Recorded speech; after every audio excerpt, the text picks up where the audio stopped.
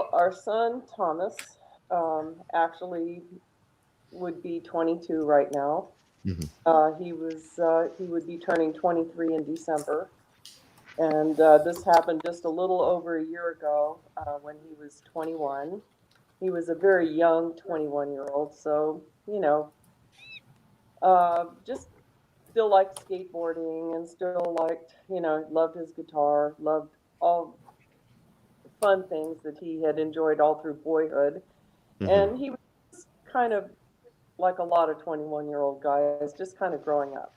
Yeah. And he should be here right now. My Yeah. husband was be here right now sleeping. Or he should be off camping with his friends because he enjoyed camping and whitewater rafting and all those things. Yeah. No. Our son Thomas had been in Boy Scouts for many years, had gone on high adventure Boy Scout outings, had a very good experience with Boy Scouts. He'd gone to Catalina Island. They went whitewater rafting. I Mhm. went camping. He and Thomas really excelled at earning all of the badges. Mm. My husband actually volunteered with Boy Scouts for a long time and went on these outings with them. He was an You adjunct. guys. You guys did. We have a picture of him as a. How old is it? Thomas right here in the photograph we have here. He's a 7. 7 years old, right there. And Mm-hmm. then he was into music. He skateboarding, music. He had a passion for music. There's his bass. I see he's a bass player. Okay, like me. So he was. He Who got him into music? Anybody in the family? You guys? he played several types of guitar. Actually, that was just Hmm. one. He played bass. He played acoustic guitar. He played just about every kind of guitar you could imagine. So He he had a took passion. guitar lessons for about 10 years. Yeah. Oh, Yeah. cool. Wow. Very And cool. And then his he was. friends were kids that mastered their instruments. Yeah, that's very cool. So he had like a band, and then he was getting into. This was a picture off the site I grabbed over here. Really beautiful colors on there, and he was doing landscaping, all that good stuff. Had As a hobby, we have a cactus garden on our Mhm, property in Atascadero. We have a dry area of the yard, and mhm. we planted a cactus garden. And unbeknownst to us, this cactus garden just grew like crazy. It did. And Tom, at a young age, decided that he wanted to earn some money to buy a BMX bicycle that cost about $1,000. And he said he wanted to earn the money selling cactus, and we had a lot of extra cuttings. And Mm, we thought, okay. And he set up a table out front, and people just loved him. He went mm, out there and sold lots of cactus. And I think people, they way overpaid for the cactus because they thought it was awesome that he was earning the money himself. And he mm, earned that $1,000. mm. He earned $850 because he actually talked this bicycle shop into giving him a 15% discount too. And this is at 12. He was really such a sharp operator. Um, he ran for treasurer in 6th grade and gave the speech that nobody has ever forgotten. Um, He dressed up in a mariachi outfit Mhm. and he walked around with stickers that said that he gave out to all the kids. It said, "Pedro says vote for Tommy." it was absolutely dynamite. Cool.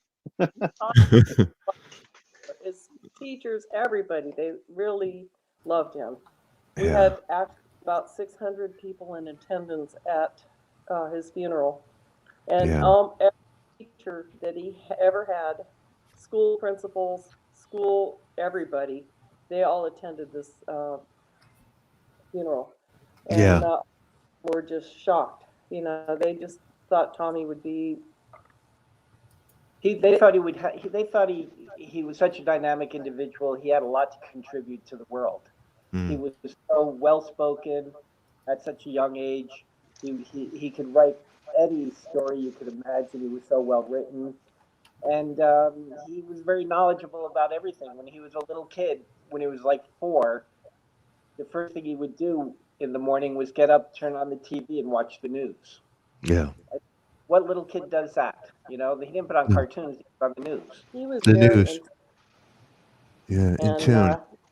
telling us how to vote. And we still have the Bernie 2016 cup. He really was very thoughtful in what was going on in our country. Mm. And just a really neat guy. And we Yeah. had a lot of people that still let us know how Tommy was with them at his cactus garden. The reason he was selling the cactus most recently, he had worked at Tennis Warehouse in San Luis Obispo. And we're talking about San Luis Obispo, California, Mm-hmm. the happiest town in America Mm-hmm. where this happened. Yeah. Anyway, worked at Tennis Warehouse and had to quit working because his elbow had been damaged by skateboarding so much. Mm-hmm. And so he had surgery the summer that this happened. And his arm was very weak. He was in a brace. He was only told that week that he passed away that he could actually lift 10 pounds with his arm. He couldn't twist his arm. He couldn't play guitar. He couldn't drive a car because of his arm. It was his right arm. Mm-hmm. And he was right-handed. So he was looking forward to this arm healing. And Gotcha. this accident happened on September 14th, 2019. It was a very busy week in San Luis Obispo. Their university was just starting, Cal Poly University. Parents were there moving their kids in.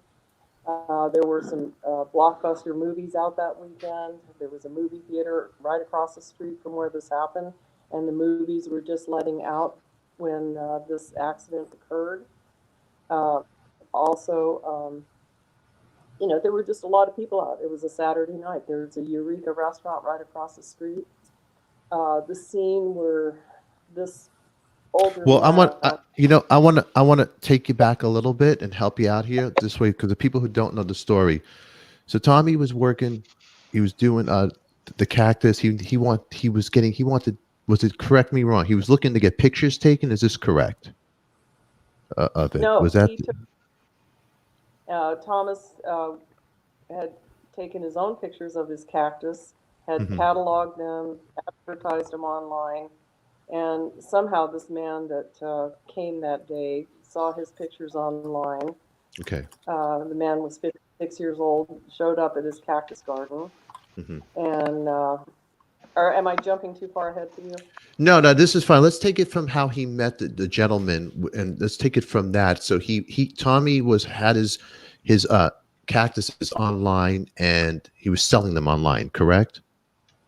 As well, And he was he selling them showing in front of our house. in front of the house? So Yeah, this both. person found Tommy online, basically, through the Most internet, likely. correct? Tommy Most also likely. Okay. Tommy also put signs up on the telephone poles Okay. All around town. and so he might have seen one of the signs on the telephone pole. Mm-hmm. So we're not exactly sure whether he just happened to notice under Marketplace or something on Facebook Marketplace or some other way, whether he Mhm. saw Tommy thing. What leads us to believe that he saw Tommy's advertisement maybe on Marketplaces because he was complimenting Tommy heavily on his photography and the pictures of his cactus. So he must have gone on Tommy's website wanting to see those. Yeah. photos. Yeah, he met him through. Okay, so you met him on Facebook. So the first time when you met him, it was at your house, at your residence, correct? Yeah, showed up. Okay. He showed up at our. Thomas had a friend that lived here too, his friend Jared, and Jared would help Thomas in the garden because Thomas's arm was so bad. He kind of hired Jared to help him be his assistant, and Jared was present when this man Knight showed up at our house. Mm-hmm. This guy was a photographer here in Atascadero, and Thomas went up to him. Jared told us this story. Said Thomas went up to him and used his usual line, "Oh, do you like cactus?" And he says, "Well, I kind of like cactus. I'm more into succulents, but actually, I really like your photographs." Mm-hmm. And my son kind of, shrugged his shoulders and he said, "Yeah, well, I'm kind of an aspiring artist too, but my son was more interested in selling cactus because that's how he made his money." That's how he made the money. This man told him that he was a master photographer and that he could help him with his art. help him market his art, possibly get published. Mhm. And made some promises right off the bat. Eric, our friend, his friend Jared, was very nervous about this man. He thought he seemed rather creepy. Mhm. Mhm. And Okay, so so then. this this happened, and I guess he came back again a couple times, and each time Jared was here, and he would talk to Thomas about maybe how he would market his art and do all these things, and then they started texting back and forth, and this was a very short-lived. I mean, he knew him for 3 weeks and didn't really know him. Just had texted back and forth. This man kept texting and texting Thomas, and Thomas would sometimes respond, sometimes not. Mhm. Thomas had a lot of other things he was doing. He had a girlfriend. He had, he was 21. You could imagine. He just was Yeah. busy with his. And this man finally decided to make a pitch that they go out and do something. And Thomas suggested that they go to Cal Poly. There's an architectural graveyard there with all kinds of neat stuff. And the guy didn't really want to do that, but Thomas, he says, "Oh, I went there 30 years ago. It's not that great." And Thomas says, "Yes, it is. They just added some new exhibits in there, and he really wanted to see it." Our son Yeah. Thomas was really interested in art, and he loved architecture. We had gone to Europe a couple summers before, and he really was fascinated with architecture. Gotcha. Okay, So so then, so I'm sorry, there was a they there made was a delay. they made a plan to go out that fateful September day, and Thomas was only planning on being out a short period of time. He dressed in a pair of shorts and a tank top, thinking they'd be gone for a couple of hours. And plus, he had just advertised a big sale on his cactus. So he Mhm. had customers that were coming, and my husband actually waited on those customers the rest of the day, waiting for Thomas to come back. I'm going to let my husband talk a little bit because I'm getting kind of nervous.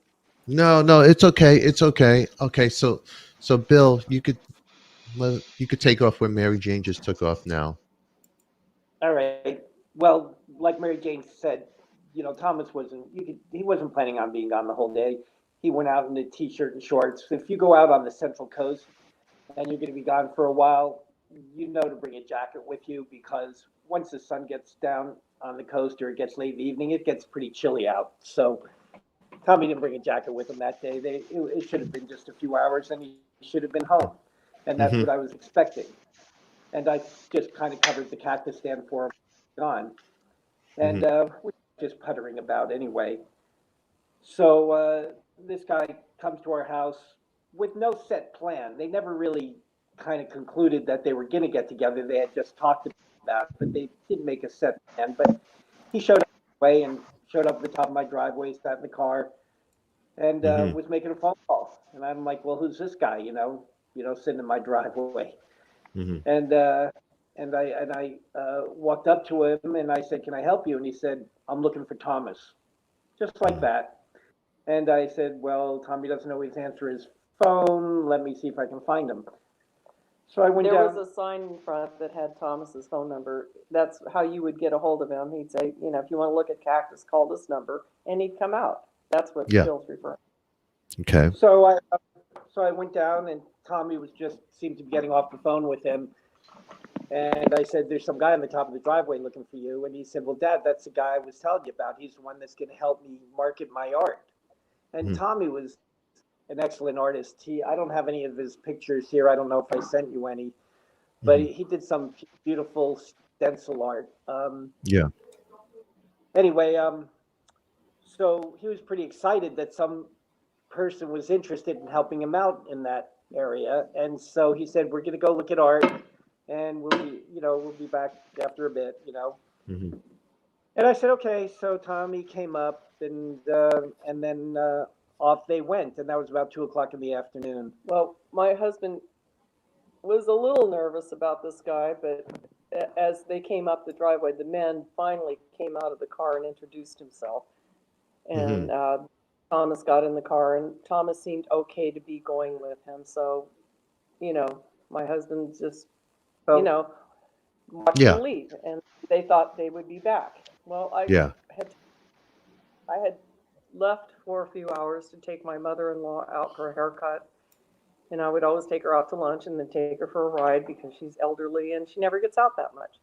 And Mhm. so I got home at about 4 o'clock, and my husband said, Thomas went with this guy and he's not back yet. And I said, well, I'm glad Thomas met a friend, you know, because he said that he didn't know this guy very well. And they were going out to look at art. And I said, well, I'm glad Thomas met a friend, you know. And I said, you know, I'm sure he'll be back soon. And as Yeah. time went on, my husband was very nervous about Yeah. Thomas coming back because this guy just made him uncomfortable. Yeah, just as And, any parent would feel a little, you know, you're always nervous, you know, with a situation like that. So they went out. And we So made I'm plans sorry? to go to we made plans to go to a concert, and we left at 6:30, and Thomas still wasn't home. And our friend Jared was still here, you know, and we told Jared that there were a couple more people coming by to pay for some cactus, and you know, he said that he had, you know, he said he would take care of that. And so we went to the concert, and at 7 o'clock, Thomas texted his friend and said, "Hey, I'm going to be home soon, and we're finally going out to look at cactus." And, art. Look at art. oh, Yeah. to look at art. Yeah, I was going to And, ask you. you know, I was going to ask you if Thomas during the evening or anything during that day, if he texted or called you, if he was going to be late or anything. Was there anything like that, or? No, not us, but he did text Jared and Okay. by Instagram, and you know, That was about 7 p.m. and they left at 2 p.m. So that's 5 hours later.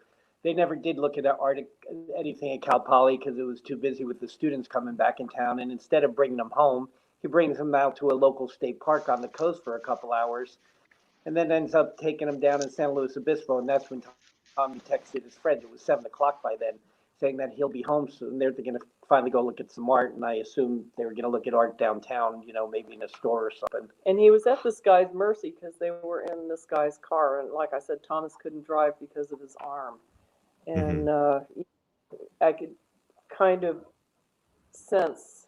Jared said, "Hey, he said he's finally going to take me out to look at that." Maybe Tommy was a little tired of being with him at that point. Gotcha. 5 Let me hours. ask you.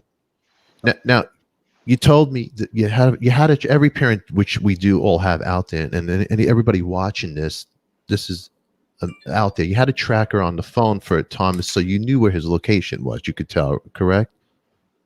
After the fact. After the fact, we didn't know that Thomas had this tracker. He put this tracker in his own phone. Oh, And he put it in was, himself. Well, he Yes. put the download in his Google Time, and it'll just show you everywhere your phone goes, and you can find your phone also, I suppose. So Okay. you know, we didn't find out till way afterwards when we got his back. That was this story has a lot of twists and turns. But, Yeah, that's where we're going. Yeah. And, you know, anyway, he was out in San Luis Obispo. We're at this concert. And lo and behold, this guy takes finally to a bar. And we looked at his tracking device yesterday. And it looks like went to by the bar earlier, but they didn't go in. And then the guy takes him out to the creek. And it probably tries to talk Thomas into going into this bar. And Thomas, I don't think really wanted to, but anyway, they went to the bar at 8 o'clock, and at 8:05, this guy texted, "Fuck you," to my son's phone, and then proceeded to buy him 6 shots of Jameson whiskey in the next 50 minutes. I wish it was only 5, Mrs. Foresman, but it was actually 6 shots of whiskey. And my son's blood alcohol level, because he was probably dehydrated, had been out all day, and probably was hungry. It shot up to a 0.38, and my son should have been hospitalized. And the bartender kind of cut him off because my son looked like he wanted to have another drink, and the bartender said, "No, I think that's enough." And, but I still think it was very irresponsible of the bar and the bartenders. There were two bartenders There was serving two them liquor. bartenders. Okay. Did the bartenders say ever say there was any like argument between them in the bar, or they seemed like they were getting along, or any questions like that? They didn't really say. They were interviewed by the police. But anyway, Thomas became upset and left the bar for some reason, and was walking up the street and walked up to the Ross store, because we just looked at his timeline yesterday. And, you know, this guy, David Knight, said in a deposition the other day that there were a couple of other things that happened between leaving the bar, and we can see by Tommy's movement that these other things did not happen. Thomas did try to go into the Ross store, and he'd probably be alive right now had he gone in there, because I bet Thomas would have asked for help. And the next few minutes of time, because the time he left the bar was 8:55, this accident happened at 9:15. 9:15. Yeah, the next 20 minutes after he leaves the bar, he dies. You know, we're talking about a very short period of time here. And so Thomas left. This guy said, no, we're not going to go, caught up to him, said, no, we're not going to go into Ross. And Tommy loved shopping at Ross because he would just get all the good deals on clothes.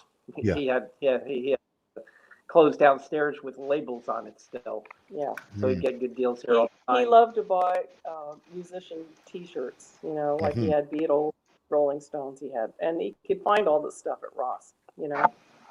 Anyway, after that, they went across the street, and there's kind of an open network between some stores like the Gap and Express and California Pizza Kitchen, Starbucks. And I'm saying all these names because if anybody was in that area that night, please look at your phone and see if you were in that area. It's Maybe important. you took a photo. Yeah. Maybe you remember. And like I said, there's a movie theater there. There was a movie showing.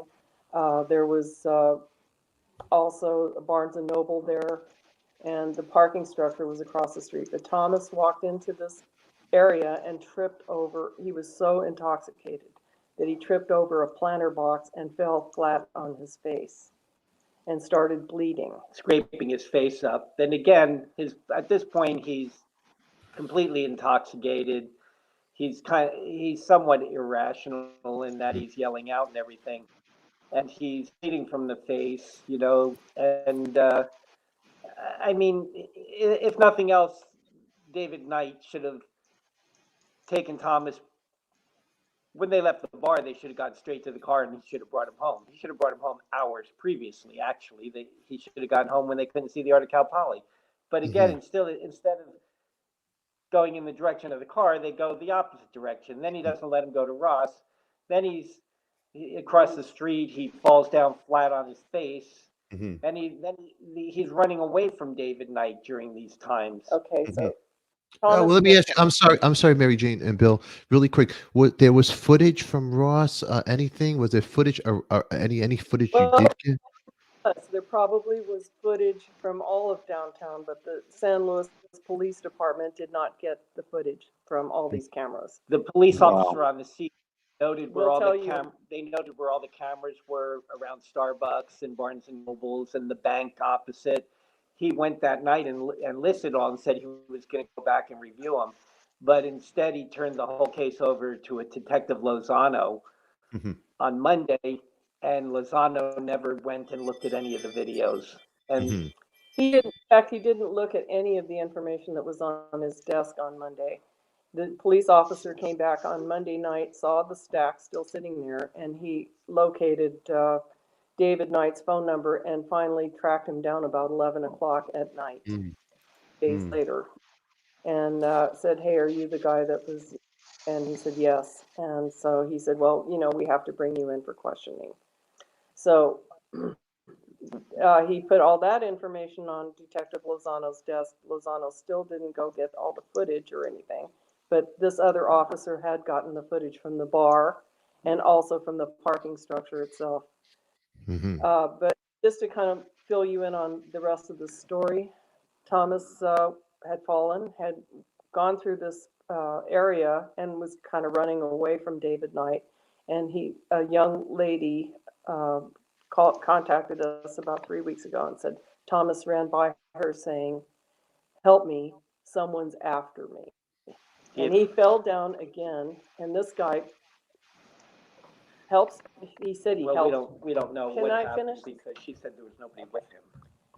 Thomas got up. This guy said he put his hat on Thomas's head, and then he slipped Thomas's phone in his own back pocket. David Knight put it in his own back pocket. So Thomas didn't even have a phone to call with. And the next thing you know, Thomas runs away from him again, and then he runs towards the parking structure. And at this point, he gets into the parking structure, and he is walking up the stairs, counting. And he was just so intoxicated. He was saying 150, 200. And he was so dirty from falling so much. There was a couple walking up the stairs in front of him that had just gotten out of the movie, young people. And they said they saw my son. They thought he might be homeless because he was so dirty from falling so much. And he was bleeding. And he said that my son grabbed the girl's leg. And he had just asked the other girl to help him, that someone was after him. I think he was also reaching out for help with these people. They became scared, and they ran up the stairs, and they said that my son got off a floor below them. They were on the 4th floor. Thomas was on the 3rd floor where he had this accident. He walked around the corner, and where we need people help. We need help to know what happened in that parking structure. The next thing you know, Thomas falls from that parking structure, and the ambulances come. And we know that Thomas's phone was at that parking structure even after he didn't have his phone anymore, because we have a device, right? And when the ambulances are coming, the phone is seen running away from the parking structure and kind of going in different directions, and then circles around to the accident scene itself. The police said that this man came and identified Thomas, but refused to give them his name. And even told him where he lived. So just to make a clear picture of this, Thomas and David Knight, they were from the phone being on David Knight. They were both seen by the parking structure. Then the accident occurred. The police get there, but the phone is parking structure. David Knight had the tracking device on him, so we know he was at the parking structure. Yes. But it's not clear. Nobody has come to us and said they saw him in the parking structure. We just know that he was there by the fact that the phone tracking shows him there.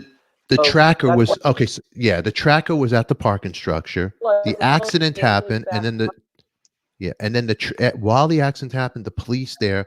The tracker is away from the parking structure. Correct? Right. No. And then he was. Please let me.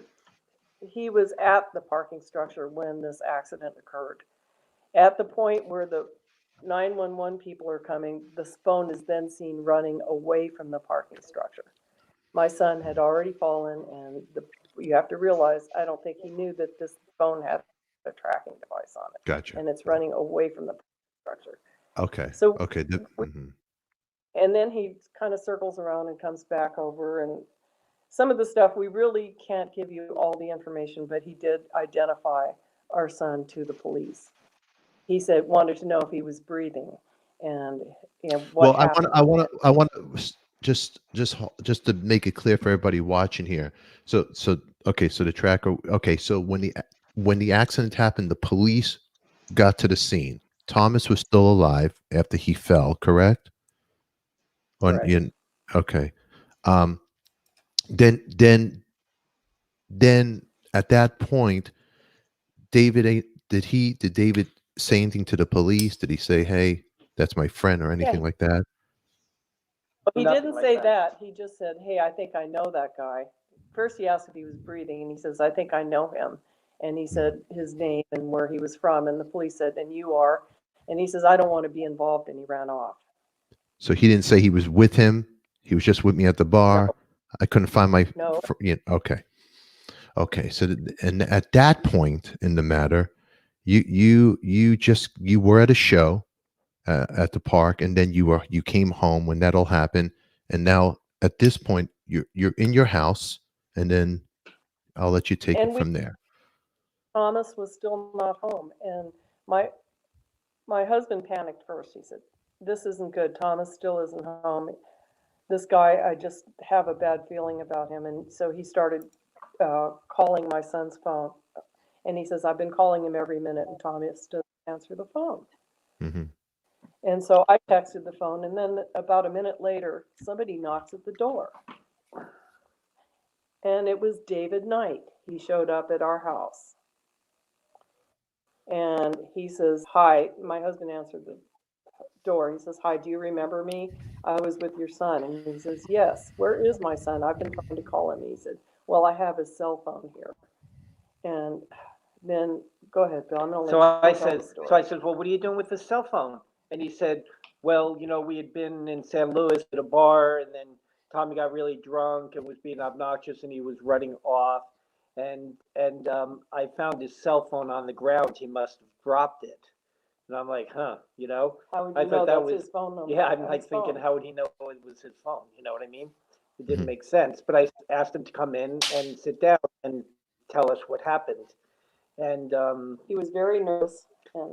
and briefly, he said they'd been out drinking, and as I just related to you, and then he started saying that I went looking for Thomas, and I saw all these lights, from the police cars, and I walked up, and I saw somebody laying on the sidewalk, and I thought maybe it was Thomas, but I'm not really sure. He said, "I tried talking to the police, but they wouldn't talk to me." And he said, "I think you should call the hospital." He says, "Call Sierra Vista Hospital." And that's where my husband happens to work. He's a registered nurse there.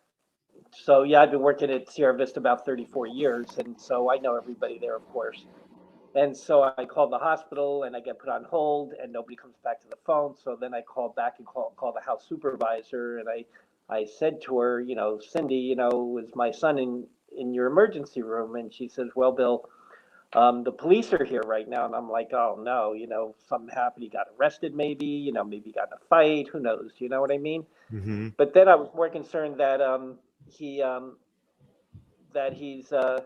in the emergency room. I said, "Well, yeah, okay, so is he okay? Right. Is he okay? He's in your emergency room, And she said, "Bill, I'm sorry, but we couldn't save him." And I said, "What?" And she says, "Bill, we couldn't save your son." Well, of course, that's about the worst news anybody could ever hear. And I could hear him from the other room. I was sitting in the living room with David Knight, and I heard that. And so I just asked her, I knew this guy was with Tommy, and he was in my living room, and so I asked her to call the Atascadero police. I said, "Could you please call the Atascadero police and have them come to my house?" Well, I don't know if that ever happened because they never did come. So, in the midst of everything she's dealing with, she may not have done that. But I come out and I'm crying and terribly, and my wife can tell something terrible is wrong, and she's, "What's wrong? What's wrong?" And I said, "Tommy died." And she said, "What?" I said, "Tommy died." And this guy, at first is just sitting there, and at some point he starts rocking back and forth with his arms behind his neck, going, "How could Thomas have done this to me? How could Thomas have done this to me?" Over and over again. First he was like, no affect at all. And then I looked up at him, and that's when he started doing the rocking back and forth.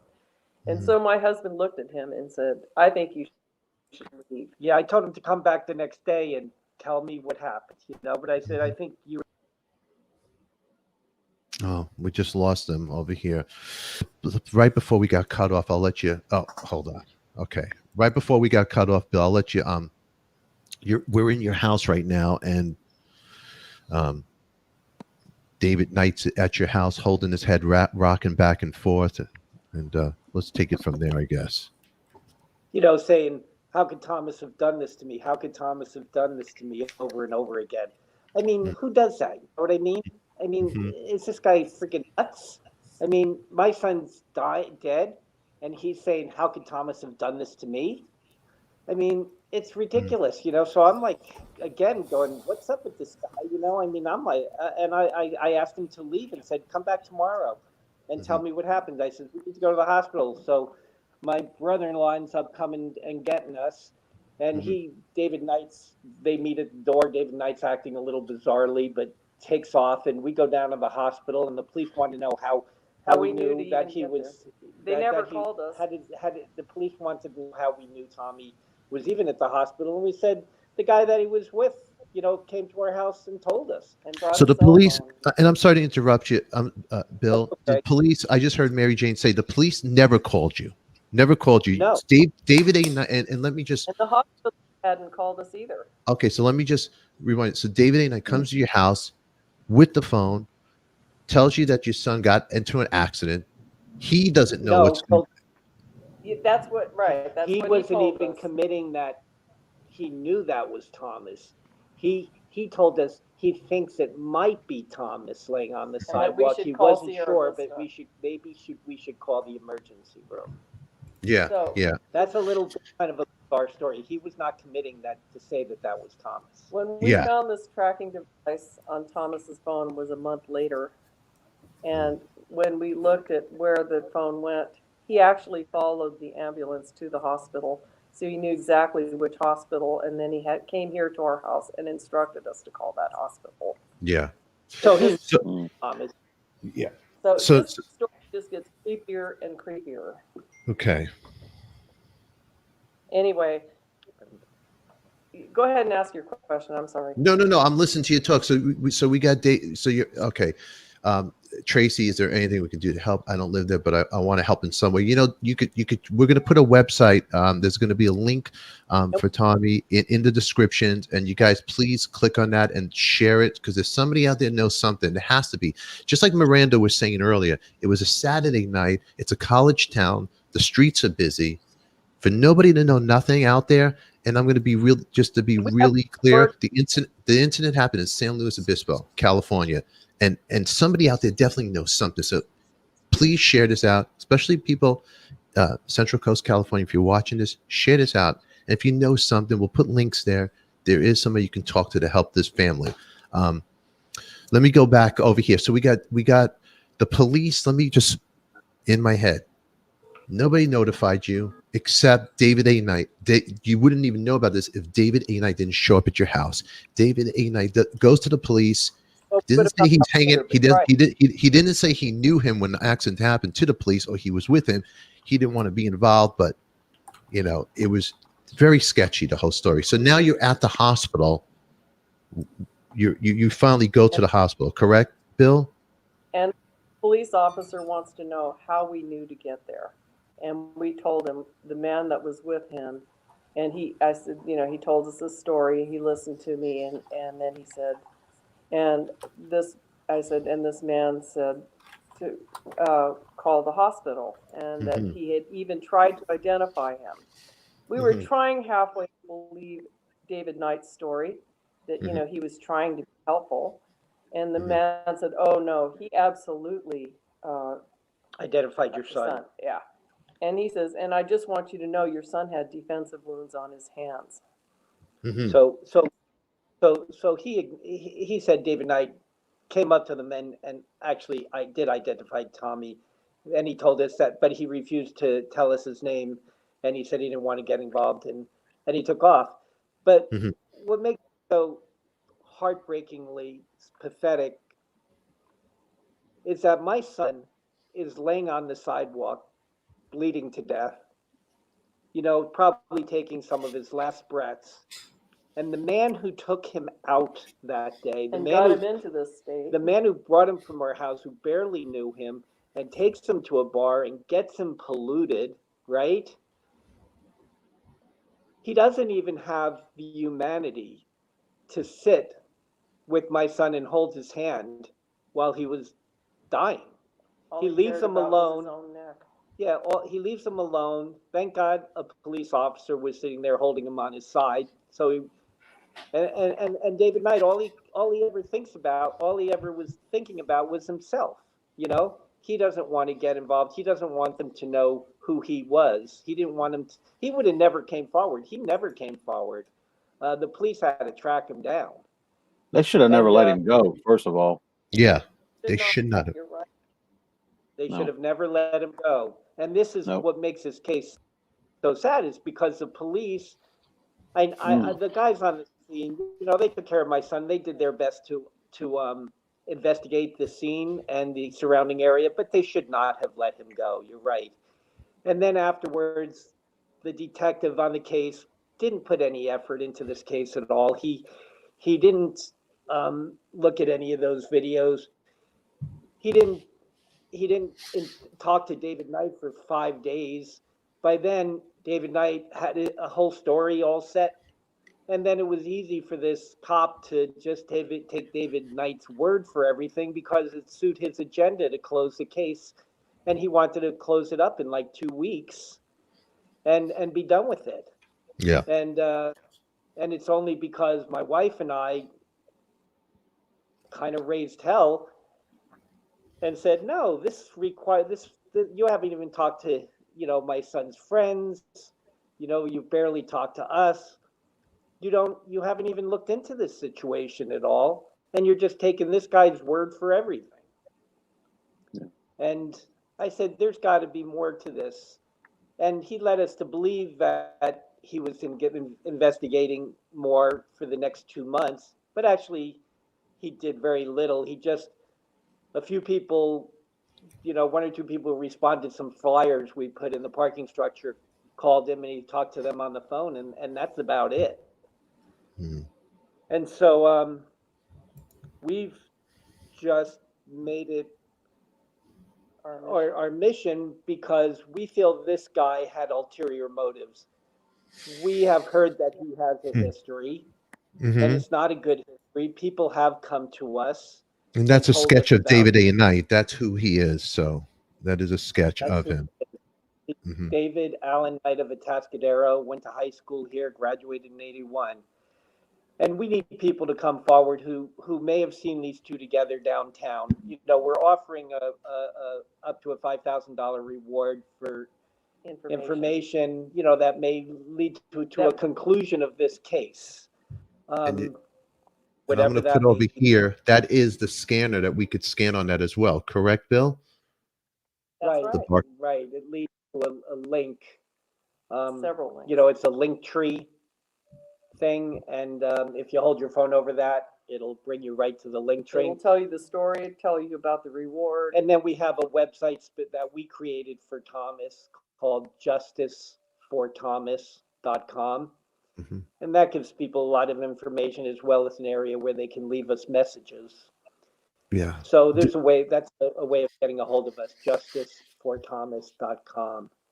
Mhm. Now, David So- Allen Knight, we have here Atascadero, Cal. He graduated from Atascadero High School in '81. The gentleman right here. So that's who he is. Correct. And if anybody is watching and they've seen this guy with Thomas, definitely please. The links will be in our description. You have the barcode on the screen right here as well. It's justiceforthomas.com, but also I have the hyperlinks as well in our description. Now we're at this. It's a very sketchy. The police at this point, do they let me just go back now. Do they take him in for questioning at any time? 5 days later, and by 5 this days. time, of course, you know, he's sobered up, you know, and I don't think the detective really looked at the information that he had from these guys all that well. Mhm. And just Dave Knight gave him the line, and he said, well, he seemed, you know, seemed like he was telling me the truth. He says to us, he would have to be a pathological liar to be able to get past me with all of my experience as a detective. Sounds like he And- did. Unfortunately, you know, we can't tell you much of what people have told Of course. us. because of confidentiality and because we just need to hear people tell us stuff. We don't want to put words in people's mouths, you know? Of course. And you know what? And the case is it's unsolved. It's an unsolved mystery right now. Did the long story? Let me ask you a question. The cops at the end, did they close this case? How did they handle it on their end? The police department. They closed it 2.5 months after they opened it. They would have closed it. Well, they would have closed it in, later. all right. My wife is saying 4 months later, but they wanted to close it 2 weeks later. Yeah, I got you. And, I got you. But it went on for a few months. But they really didn't do anything. They never looked at the videos. All they really did was talk to a few people who responded to our flyers. Okay, I want to, Miranda, and not to cut you off, Bill and Mary Jane. Miranda, San Luis Obispo, and Bill and Mary, they San Luis Obispo, the police, they had, it was 30 years. They haven't helped solve a 20. That's in most. They haven't solved any cases in about 30 years, and there is Wow. another unsolved case with Kristen Smart. She's a young Cal Poly person that disappeared 24 years ago. I've been following that case ever since it happened. I've prayed for them at our church, and you know, just I felt terrible for this mother, and now here I am in the same kind of situation. In the same kind of situation. I actually met Denise Smart, Kristen Smart's mother, at a kind of a podcast on another show. It's a radio talk show, Dave Congleton, a local radio talk show guy. And she told me that she would be praying for me, and that, you know, so we're kind of like praying for each other type of thing. But it just seems like ever since they have had that we're the happiest place in America, that Oprah Winfrey gave them this title, the city doesn't solve crimes, and they don't want bad publicity because their tourism rate has gone up. They've built so many new hotels there. It's been great for their business. Yeah, it's a tourist trap. We have hotels going up left and right in the Central Coast because people want to come here because it's so beautiful. But actually, young people are just not safe here. No. You know, and I want to tell people, make sure you don't let people buy you drinks, especially older people. Do not ever leave your drinks unattended. And if you come back and you've left your drink unattended, don't drink it. I mean, this is definitely a situation where it's broken. The system is broken, and as parents, all of us, as we all here in this chat, we are all parents, and this is a tragic story. Especially when this happens, you don't think it's going to happen to you, but when it does happen to you, and you're crying for help, and you're at the deep end in the pool, and nobody's there to throw you anything, an answer, just a solution, nothing. What do you do? And this is what you do. There's somebody out there. If this was happening and I'm being serious, anybody in the Central Coast, if this was happening in your backyard, under your nose, what would you do? How would you handle it? And you know what? You reach out to people who can try to help. And if there's anybody out there that can help out there and reach, please follow the links. I'm gonna put right here for you again. Here's the barcode if you need to photo screen it, snapshot it. There's a man out there, David Allen Knight. He's not in jail. He's living in Atascadero. He's just walking around. That's it. We're pursuing a civil case for wrongful death at the moment because he did buy him so many drinks, did not call for help when they should have, and said to Tommy right before he bought him all these drinks, and did not safeguard our son. He should have called an ambulance. And filing a civil When he case, fell down. Filing a civil case helped us keep the story alive. Mm-hmm. You know, you can't subpoena any records, you can't get any information that the police have Unless you have some sort of case going. So it put in a position where if we wanted to continue to advocate for Tommy and prevent this from happening to anybody else, we needed to use every tool we had available to us. Every tool. And Tracy was asking a question, was there an autopsy done to see if maybe the guy had slipped your son something more than alcohol? Is there things that you could slip in a drink that you can't detect in an autopsy? Yeah, there is. Okay. I've been told that there is, but we did have a toxicology report result, and the main thing was the 0.38 alcohol level And then also, Thomas had a trace of marijuana that he had probably smoked, they said probably about 3 to 4 hours before. And it was a trace. And then he had a therapeutic level of his antidepressant medication, which he had taken in the morning. And they explained it to me that by the time they did the blood test that, it had watered down to, and Tommy had taken the appropriate dose. So it was a therapeutic dose that he had taken. So that had nothing to do with it. It was the alcohol level that, most people actually can go into a coma at that level. And Thomas had medical attention right then and there, especially when he fell. That Wow. should have been a clue. Call an ambulance. And twice. apparently somebody did, and maybe that's why, or maybe they called 911. The police said they were going to the parking structure and then got a report that somebody had fallen. And so then they went out to the sidewalk where Thomas had fallen, and the ambulance came. And of course, David Knight was there. And the whole thing it's very confusing. But what kind of cleared up a lot of was that tracker. Yeah. Yeah. And this is Pat says these folks are just looking for answers and they're not getting anything. Hope something comes up to help this family. Yeah, thank you, Pat. And if anybody has any answers out there, please definitely help Bill and Mary Jane out, the family. This is a heartbreaking story. And our hearts and everybody here in the chat is with you guys. So anything we could do, you have the support here. We'll put the hyperlinks up here. It's a terrible story. Bill, Mary Jane, anything else you want to say on this to anybody out there that is watching? Yeah, I'd like to just Share say the that story. share the story with everybody you know. The more people that know about it, The more apt we are to get an answer. and simple things that you may not think are important, like you happen to be there when the two of them walk by. We want to know where you saw the two of them together and what their behavior was like. The one young lady that got a hold of us a couple weeks ago, she told us that Tom was falling down in front of her and he was getting up and he called for help and said somebody was after him. That was a very important statement to tell us. Why didn't she call the police? She was probably scared. She was 17 years old and didn't know what to do. That's a good question, and it's the one that we've kind of like, not just her in particular, but why nobody actually helped him. Had somebody stopped and helped him and said, what's wrong? What can I do for you? Can I call the police? Can I call a hospital?